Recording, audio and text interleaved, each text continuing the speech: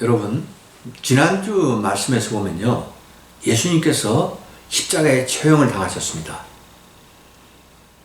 처형을 당하시기 전에는 채찍질로 인해서 예수님의 몸은 만신창이가 되셨어요. 그러한 상태에서 예수님은 십자가를 지시고 골고다 언덕을 향해 올라가셨습니다. 그때 유대의 그 대제사장들과 유대 백성들, 그리고 로마 군병들은요, 예수님을 온갖 조롱과 멸시로 향했습니다. 그렇지만 예수님께서는 그들의 이러한 태도에 아무런 저항도 하지 않으시고 결국 십자가에서 처형을 당하신 겁니다. 그런데 오늘 우리가 마가복음에서는 나타나지 않지만 누가복음에 나타나는 내용을 한번 우리가 생각해 보도록 하겠습니다. 누가복음 23장 27절과 28절에 어떤 말씀이 지금 기록되어 있냐면요. 또 백성과 및 그를 위하여 가슴을 치며 슬피 우는 여자의 큰 무리가 따라오는지라. 예수께서 돌이켜 그를 향하여 이르시되 예루살렘의 딸들아 나를 위하여 울지 말고 너희와 너희 자녀들을 위하여 울라 라고 기록할 수 있습니다. 그러니까 지금 이 말씀은요, 예수님께서 십자가를 지고 지금 골고다 언덕을 오르시잖아요. 근데 예수님의 이 같은 모습을 보면서 계속 따라오던 여자들이 무리가 있었다는 겁니다. 예수님께서는 그 여자들의 무리를 향해서 뭐라고 말씀하십니까? 지금 너희는 나를 위해서 울지 말고 너희와 너희 자녀들을 위해서 울라 라고 권면을 하신 거예요. 그러니까 지금 예수님께서는 뭘 걱정하시고 뭘 지금 이들에게 말씀하신 거냐면 앞으로 다가올 이스라엘의 환난과 하나님의 심판에 대해서 말씀을 하신 겁니다. 그러면서 그걸 걱정하시고 유대 백성들을 사랑하는 마음으로 품으시고 지금 보여주신 거예요. 그리고 이어서 누가복음 23장 34절에서는요 뭐라고 기록하고 있냐면 제가 읽어보겠습니다. 이에 예수께서 이르시되 아버지 저들을 사하여 주옵소서 자기들이 하는 것을 알지 못함이니이다 하시더라. 그들이 그의 옷을 나누어 제비 뽑을세. 여러분 지금 예수님께서는 누구를 위해서 이러한 기도를 하십니까? 자기를 십자가에서 매달고 죽이는 로마 군병들을 향해서 그들을 위해서 하나님한테 뭐라고 지금 간구하며 기도하시냐면 저들의 죄를 아버지께서 용서해 주시옵소서. 그들은 그들이 하는 짓을 알지 못한다 라고 하면서 하나님께 간구하며 나아가고 있다는 겁니다. 자, 이걸 보면요, 예수님은 유대 백성들이나 이방인들이나 다 똑같이 동일한 사랑을 베풀고 계신다는 것을 우리가 알 수가 있어요. 그리고 지금 여기서는 예수님께서 그 로마 군병들, 그들은 예수님을 죽이는 원수들이잖아요. 그들을 사랑으로 감싸면서 하나님께 그들의 죄를 용서해달라고 간절히 지금 기도하며 나아가고 계시는 겁니다. 이것이 바로 예수 그리스도의 위대한 사랑이라는 거죠. 따라서 예수님께서는요 마태복음 5장 44절에서 뭐라고 말씀하시냐면 나는 너희에게 이르노니 너희 원수를 사랑하며 너희를 박해하는 자를 위하여 기도하라 라고 말씀하고 계세요. 원수를 사랑하라는 겁니다.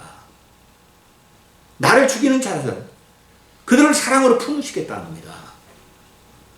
여러분, 이 모습을 우리가 닮아가야 된다고요.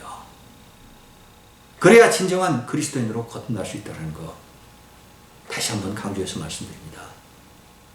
혹시 여러분들 중에 누구를 지금 원수처럼 생각하고 미워하는 사람이 있습니까?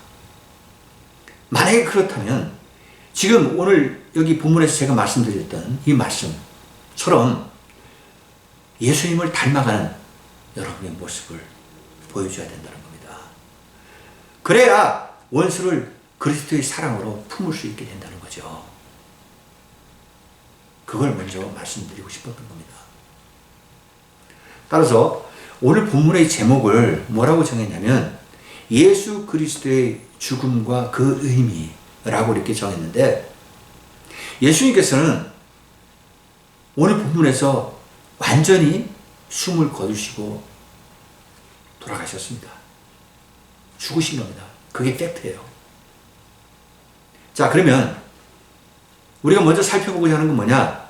예수님이 이와 같이 돌아가셨을 때 과연 어떠한 현상이 나타났고 어떠한 일들이 벌어졌는지 그걸 먼저 살펴보고요. 그리고 나아가서는 예수 그리스도의 죽음이 과연 우리 그리스도인들에게 어떠한 의미를 주며 또 어떤 가르침을 주는지 함께 생각해 보자는 겁니다. 자, 그러면 먼저 33절을 보십시오. 제6시가 되매 온 땅에 어둠이 임하여 제9시까지 계속하더니, 지금 이 상황은요, 예수님이 오전 9시에 십자가에 못 박혀 매달리셨잖아요. 그리고 약 3시간이 지나서 낮 12시 정오에 온 유대 땅이 어두워지기 시작한 겁니다. 어둠이 찾아온 거예요. 그리고 이 어둠이요, 오후 3시까지 계속됐다고 지금 기록하고 있어요. 그러면 여기에 대해서 의견이 분분한데 이건 어떤 현상이냐 이거죠. 근데 확실한 거는 이거는 자연현상으로 나타나는 일식현상은 아니라는 겁니다. 왜냐하면 일식이라면 이렇게 3시간 동안 길게 계속될 수 없기 때문에. 그럼 이건 뭡니까? 이건요, 하나님께서 만드신 어둠이라는 거예요. 하나님께서 만드신 초자연적인 그런 사인, 그런 표적을 지금 말씀하고 계시다는 겁니다. 따라서 궁극적으로 이 어둠은 하나님의 심판을 이야기하고 있다는 겁니다. 그러니까 죄 없이 예수 그리스도를 죽이는 것에 대해서 하나님께서 지금 분노하시고 진노하시는 거예요. 그럼 이거 어둠이 하나님의 심판이라는 걸 어디서 알 수 있느냐? 우리가 구약성경 한 두 군데를 찾아보겠습니다. 먼저 출애굽기 10장 21절에서부터 23절을 보시면 어떤 내용이 기록되어 있냐면요, 여호와께서 모세에게 이르시되 하늘을 향하여 내 손을 내밀어 애굽 땅 위에 흑암이 있게 하라. 곧 더듬을 만한 흑암이리라. 모세가 하늘을 향하여 손을 내밀매 캄캄한 흑암이 3일 동안 애굽 온 땅에 있어서 그동안은 사람들이 서로 볼 수 없으며 자기 처소에서 일어나는 자가 없으되 온 이스라엘 자손들이 거주하는 곳에는 빛이 있었더라. 자, 보십시오. 여기서는요, 여호와 하나님께서 이스라엘 백성들이 출애굽을 할 때 애굽 땅을 심판하신 겁니다. 뭐로 심판하신 겁니까? 흑암의 재앙으로 심판하셨어요. 10가지 재앙을 내리셨는데 그 중에 9번째가 바로 흑암의 재앙이었던 겁니다. 즉 흑암으로 애굽을 심판하신 거예요. 그리고 두 번째는요, 아모스서 8장 9절과 10절을 보시면 주 여호와의 말씀이니라. 그날에 내가 해를 대낮에 지게 하여 백주의 땅을 캄캄하게 하며 또 절기를 애통으로 너희 모든 노래를 애곡으로 변하게 하며 모든 사람에게 굵은 배로 허리를 동이게 하며 모든 머리를 대머리가 되게 하며 독자의 죽음으로 말미암아 애통하게 하며 결국은 공고한 날과 같게 하더라. 자, 여기서도 지금 하나님께서는요, 아모스 선지자를 통해서 유대 땅 전체에 어둠을 내리시겠다. 그것도 대낮 백주에 내리시겠다라고 지금 말씀하고 계시는 겁니다. 즉, 이 말씀이, 이 구약의 말씀이 오늘 본문과 연결되는 거예요. 오늘 본문에도 보세요. 지금 정오 12시부터 오후 3시 동안 대낮에 하나님께서 유대 전역에 어둠을 찾아오게 하신 겁니다. 깜깜하게 하신 거예요. 오늘 본문에서 이 말씀이 지금 성취되고 있다는 겁니다. 따라서 지금 어둠은 하나님의 심판을 이야기하는 거고요. 나아가서는 하나님과 유대 백성들이, 이스라엘 백성들이 관계가 끊어지는 것을 상징적으로 지금 말씀하고 있다는 겁니다. 그걸 우리가 알 수가 있어야 된다는 겁니다. 자, 그럼 이어서 오늘 본문 34절을 보십시오. 제9시에 예수께서 크게 소리 지르시되 엘리 엘리 라마 사막다니 하시니, 이를 번역하면 나의 하나님 나의 하나님 어찌하여 나를 버리셨나이까 하는 뜻이라. 지금 여기서는요, 예수님께서 오전 9시서부터 오후 3시까지 십자가에 못 박히셔가지고 고통을 당하시고 계시는 겁니다. 예수님이 마지막 숨을 거두시기 전에 오후 3시경이 다 가까워서 좀 큰 소리로 외치셨는데, 그 소리가 뭡니까? 엘리 엘리 라마 사막다니 라고 말씀을 하셨습니다. 외치신 거예요. 근데 이거는 아람어인데 그 뜻을 해석하면 나의 하나님 나의 하나님 어찌하여 나를 버리시나이까, 그런 뜻입니다. 그러니까 지금 이건 말 그대로 해석하면 마치 예수님이 하나님을 원망하면서 하나님 아버지 왜 나를 버리십니까? 라고 지금 이야기하고 있는 것 같이 들려요. 그렇지 않습니까? 그럼 여러분 이거 이해가 가세요? 이상하게 들리지 않으세요? 아니, 예수님은 자신의 죽음을 알고 계셨잖아요. 그리고 제자들에게 여러 번 자신의 죽음에 대해서도 말씀을 하셨잖아요. 그리고 겟세마네 언덕에서 하나님한테 간절히 기도하시면서 뭐라고 그러셨습니까? 이젠 모든 것을 하나님의 뜻에 따르겠다고 그와 같이 결단을 내리셨잖아요. 순종하기로 마음 먹으셨잖아요.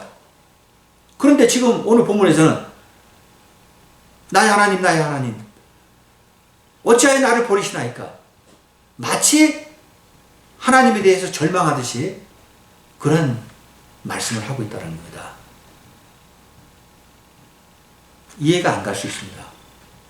예수님의 이러한 모습이 이상하게 우리가 생각될 수가 있어요. 그럼 과연 이 말씀은 무슨 뜻이냐 이거죠. 이거 진정한 의미를 우리가 생각해 보면요, 지금 예수님께서는 이 말씀은 다윗이 쓴 시편 22편 1절의 말씀을 그대로 인용하신 겁니다. 제가 한번 읽어볼게요.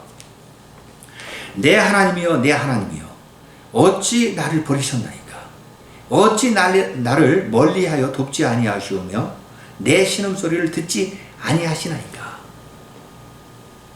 지금 다윗이 위기에 처한 상황에서 하나님께 이와 같이 간구하고 기도하며 나아간 겁니다. 그런데 이 시편 22편 전체의 내용을 보면요, 다윗이 이렇게 하나님께 간구하며 나아갔는데 결국 하나님께서는 다윗의 기도에 응답하시고 다윗을 구원해 주셨어요. 그러니까 지금 예수님께서도 이와 같이 다윗의 시편을 이용해서 말씀하셨던 것은 어떤 의미냐면, 하나님 정말 나를 십자가에서 버리시고 죽이실 만큼 저들, 즉 우리 인간들을 너무나 사랑하시는 하나님, 구원하시는 하나님 이심이라는 것을 사랑의 메시지로 좀 표현하신 겁니다. 절대 예수님께서 하나님을 원망하시고 또 절망한 마음에서 탄식하면서 했던 그러한 간절한 외침이 아니었다는 거죠. 이것은 하나님께서 우리 인간들을 너무 사랑하셔서 예수 그리스도를 십자가에서 죽일 만큼 우리를 구원하시고 사랑하시는 하나님이라는 것에 예수님께서 지금 결국은 감사의 마음을 표현하신 겁니다. 그걸 우리가 깨달을 수 있어야 된다는 거죠. 자, 그럼 이어서 35절과 36절 보십시오. 곁에 섰던 자 중 어떤 이들이 듣고 이르되 보라, 엘리야를 부른다고 하고 한 사람이 달려가서 해면에 신 포도주를 적시어 갈대에 끼워 마시게 하고 이르되 가만두라, 엘리야가 와서 그를 내려주나 보자 하더라. 지금 방금 예수님께서 엘리 엘리 라마 사막다니라고 외치셨잖아요. 그걸 옆에서 듣고 있던 사람들이 있었어요. 그들이 지금 뭐라고 그러냐면요. 아니 지금 예수가 엘리 엘리 하면서 엘리야를 부른다는 겁니다. 엘리야를 불러서 자기를 구원해 달라고 그렇게 요청하고 있다. 이렇게 착각을 하는 거예요. 그때 어떤 한 사람이 예수님한테 그 소금 같은 거에다가 이렇게 심포도주를 적셔서 갖다 드린 겁니다. 자, 그러면 이러한 상황은 지금 무엇을 뜻하는 거냐 이거죠. 지금 그들이 예수님의 죽음을 안타까워해서 예수님의 죽음을 동정하기 위해서 이러한 행동을 하고 있는 겁니까? 아니라는 겁니다. 예수님을 지금 조롱하고 멸시하고 있는 거예요. 아, 네가 결국에는 엘리야 선지자를 찾아서 너를 구원해 달라고 하는구나. 그러면서 그들은 예수님이 지금 엘리야 선지자를 불렀는데 정말 엘리야 선지자가 와서 예수님을 구원하나 한번 우리가 지켜보자 라고 하면서 비웃고 있는 거예요 지금. 그러니까 그들은요 아직도 예수 그리스도가 하나님의 아들이시고 그리스도로서 메시아로서 이 땅에 왔다는 것을 믿지 않고 있다는 겁니다. 그걸 우리가 깨달을 수 있다는 거죠. 자, 그럼 이어서 37절과 38절 보십시오. 예수께서 큰 소리를 지르시고 숨지시니라. 이에 성소 휘장이 위로부터 아래까지 찢어져 둘이 되었다. 지금 이 상황은요 어떤 상황이냐면 지금 예수님께서 앞에 34절에서 엘리 엘리 라마 사막다니라고 부르시셨잖아요. 그러시고 나서 곧바로 예수님께서 마지막 숨을 거두신 겁니다. 근데 그때 어떤 사건이 벌어졌냐면요. 성소에, 그 예루살렘 성전의 성소, 거기에 가리워졌던 휘장이 둘로 갈라진 겁니다. 그러니까 위에서부터 아래로 갈라져요. 쪼개진 거예요. 근데 이 지성소와 성소를 가로막고 있는 이 휘장은요, 가로 세로 12m나 되는 큰 크기고요. 그 두께도 두꺼워서 이러한 일이 도저히 발생할 수 없는 상황이 발생한 겁니다. 그게 갈라진다는 건 아무도 상상해도 할 수 없었던 상황이에요. 그럼 이게 뭐냐 이거죠. 자, 여기에 대해서는 우리가 뭘 지금 생각할 수 있냐면요. 여기서 찢어졌다라는 것은 갈라졌다라는 의미인데 이거는 마가복음에서 딱 두 번 사용되어 있어요. 어디서 사용되냐면요. 첫 번째는 마가복음 1장 9절과 10절, 11절에서 사용되고 있는데요. 제가 한번 읽어보겠습니다. 그때 예수께서 갈릴리 나사렛에서부터 와서 요단강에서 요한에게 세례를 받으시고 곧 물에서 올라오실새 하늘이 갈라짐과 성령이 비둘기같이 자기에게 내려오심을 보시더니 하늘로부터 소리가 나기를 너는 내 사랑하는 아들이라 내가 너를 기뻐하노라 하시니라. 지금 이 상황은 여러분 잘 아시잖아요. 예수님께서 요단강에서 세례 요한으로부터 세례를 받으실 때 물에서 올라오셨습니다. 그때 하늘이 갈라졌어요. 그리고 성령이 비둘기같이 내려오심을 보셨고, 그리고 하늘로부터 소리가 들렸는데 그 음성은 너는 내 사랑하는 아들이다 라는 하나님의 음성이 들렸던 겁니다. 그때 하늘이 갈라졌습니다. 그리고 두 번째는 오늘 본문에서 지금 휘장이 갈라진 건데요. 여러분, 이 휘장은 지성소와 성소를 가로막고 있는 그런 휘장이었어요. 그리고 이 지성소에서는 여러분 잘 아시다시피 아무나 들어갈 수 없는 거룩한 하나님이 임재하시는 곳이었어요. 그리고 거기에는 또 십계명도 있었고요. 언약궤도 있었던 겁니다. 그리고 이 지성소에 들어갈 수 있는 사람은 딱 한 사람, 대제사장이 대속죄일 날 이스라엘 백성들의 죄를 1년에 한 번 회개하기 위해서 들어갔던 것입니다. 그러니까 이거는 아무도 들어갈 수 없는, 즉 하나님과 인간의 사이를 가로막고 있는 그런 휘장이었다는 거죠. 근데 그 휘장이 지금 쪼개지고 갈라졌다는 의미는 뭐냐 이거예요. 이거는 예수 그리스도가 하나님 앞에 희생 제물이 됨으로써 결국은 하나님을 우리가 직접적으로 대면할 수 있고 만날 수 있는 그 길이 열렸다는 것을 상징적으로 지금 보여준 사건이라는 겁니다. 그러니까 이거는 하나님만이 하신 또 다른 하나의 표적을 보여주신 거예요. 사인이라고요. 따라서 이제는 우리가 자유롭게 하나님 앞에 나아갈 수 있게 된 거예요. 하나님 앞에 당당히 나아가서 하나님과 우리가 교제할 수 있게끔 됐다는 겁니다. 그걸 말씀하고 있는 거예요, 지금. 놀라운 사건이죠, 이것도.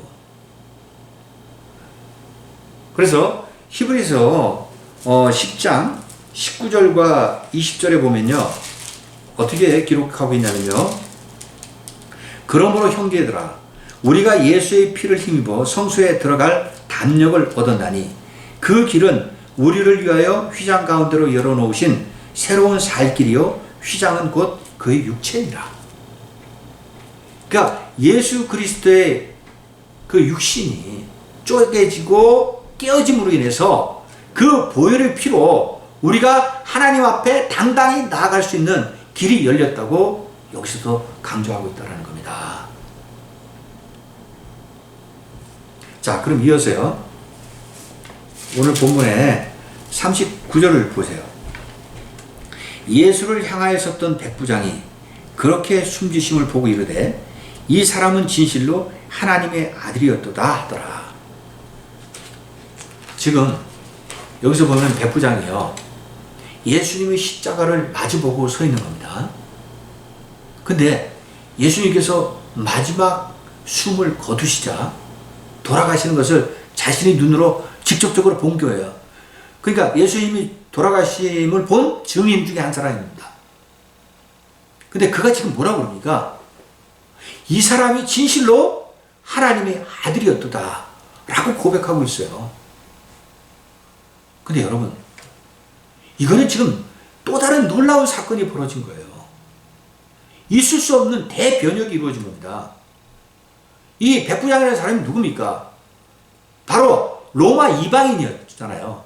그리고 또 그는 예수 그리스도를 십자가에 못 박는데 모든 것을 감독하고 관리하고 집행했던 그런 사람이라고요. 근데 그가 지금 예수님을 향해서 뭐라고 그럽니까? 예수 그리스도가 진정한 하나님의 아들이시다 라고 지금 선포한 거예요. 그런데 그는요, 지금까지는 누가 하나님의 아들이라고 믿어왔냐면 로마 황제가 하나님의 아들이라고 믿고 따르고 충성했던 겁니다. 근데 그가 완전히 변화된 거예요. 이 변화는 인간의 힘으로 되는 게 아니죠. 성령의 역사하심으로 하나님께서 그렇게 만드신 거예요. 그는 이제 잘못하면 로마 황제의 반역죄로 걸려서 죽을 수도 있는 상황이 되는 겁니다. 그러나 그가 스스럼 없이 지금 예수님을 향해서 예수 그리스도가 진정한 하나님의 아들이다 라고 지금 이야기하고 있다는 겁니다. 자, 그래서 지금 마가는요, 마가복음을 쓰면서 1장 1절 시작에서 뭐라고 했습니까? 예수 그리스도가 하나님의 아들이시고 복음의 시작이다 라고 선포했잖아요. 그리고 오늘 본문이 마가복음 15장이에요. 이제 16장이면 끝나는데 마지막 예수님께서 숨을 거두시고 돌아가셨을 때 백부장의 입을 통해서 또 예수 그리스도가 하나님의 아들이심을 고백하게 했다는 겁니다. 그걸 지금 기록하고 있어요. 그러니까 마가복음에서 핵심적으로 지금 주장하는 건 딱 한 가지. 예수 그리스도 과연 누구시고 그는 왜 이 땅에 오셨냐 이거예요. 그걸 지금 강조하고 있는 겁니다. 그의 답은 뭡니까? 예수 그리스도는 하나님이시고 우리의 구원자로 오셨다는 겁니다.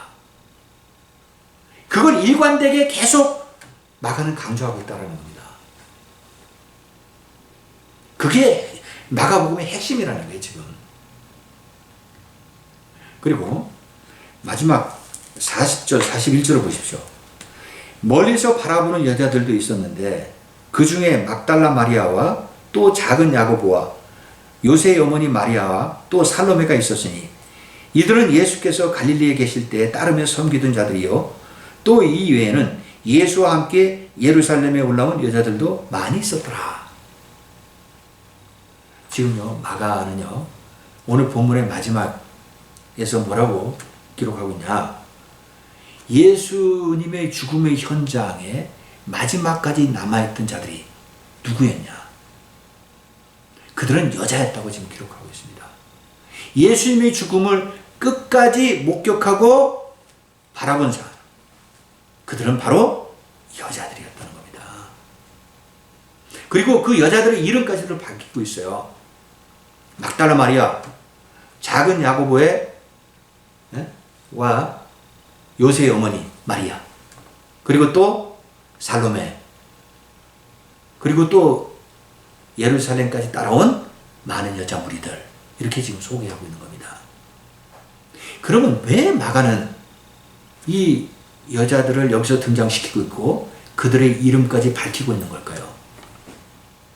그 이유는 딱 한 가지입니다. 그들은 비록 여자로서 연약하고 나약한 사람들이었지만 예수님을 배신하지 않고 배반하지 않고 끝까지 죽음의 현장을 지켰던 자들이라는 것을 마가복음을 통해서 온 세상 사람들한테 알리고 싶었던 거예요. 여자의 힘이 얼마나 위대한지를 마가는 지금 기록하고 있다는 겁니다. 막달라의 마리아, 그녀는 누구입니까? 예수님께서 부활하셨을 때 가장 처음 예수님을 만났던 여자였어요. 그리고 작은 야고보, 그리고 요새의 어머니 마리아. 여기 작은 야고보는 누구냐면 예수님의 12제자 중에 한 사람이에요. 알페오의 아들 야고보입니다. 그의 어머니. 그리고 살로메는 누굽니까? 이 여자는 큰 야고보와 사도 요한의 어머니. 그녀가 살로메였어요. 자, 이와 같은 사람들의 이름을 밝히면서 예수님의 죽음의 현장을 목격한 증인으로서 마가는 지금 온 세상 사람들한테 그들을 알리고 있다는 겁니다. 그러니까 예수님을 죽음의 현장에서 목격한 사람 백부장과 이 여자들을 통해서 예수님은 죽으셨다는 것을 확실히 밝히고 있다는 겁니다. 그게 팩트예요. 사랑하는 여러분, 오늘 본문을 마무리하겠습니다.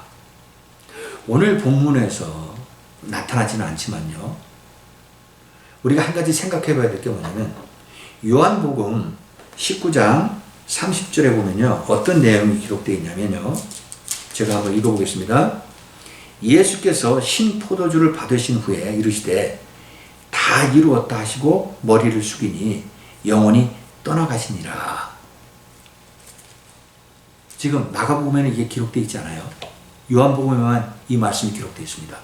예수님이 마지막 숨지실 때 요한복음에서는 다 이루었다 라고 지금 말씀을 하신 겁니다.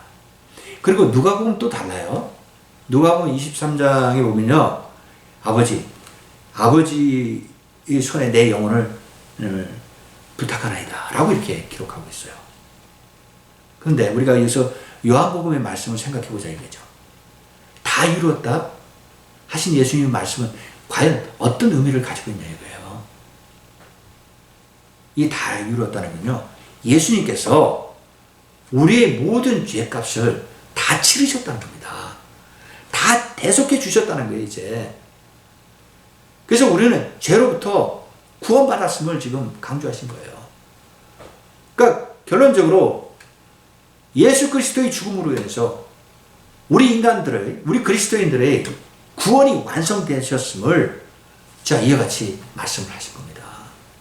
또한 사도 바울은요, 로마서 8장 1절과 2절에서 뭐라고 지금 기록하고 있냐면 그러므로 이제 그리스도 예수 안에 있는 자에게는 결코 정죄함이 없나니 이는 그리스도 예수 안에 있는 생명의 성령의 법이 죄와 사망의 법에서 너를 해방하였습니다. 지금 바울은요, 예수 그리스도 안에 우리가 이제 있기 때문에 정죄함이 이제는 없다라는 겁니다. 그러면서 뭘 주장하냐면 우리가 이제는 죄와 사망의 법에서 해방이 되었다 라고 지금 기록하고 있어요. 오늘 본문에서 궁극적으로 지금 강조하고 있는 거 두 가지. 첫째는 뭐냐, 백부장이 지금 예수님은 진정한 하나님의 아들이시다라고 고백한 거 있잖아요. 그 고백이 우리의 고백이 돼야 된다는 겁니다. 우리가 지금 믿음 생활하면서 과연 예수 그리스도가 진정한 하나님 아들이심을 믿고 따르고 있냐 이거예요. 이게 무너지고 이게 정말 우리가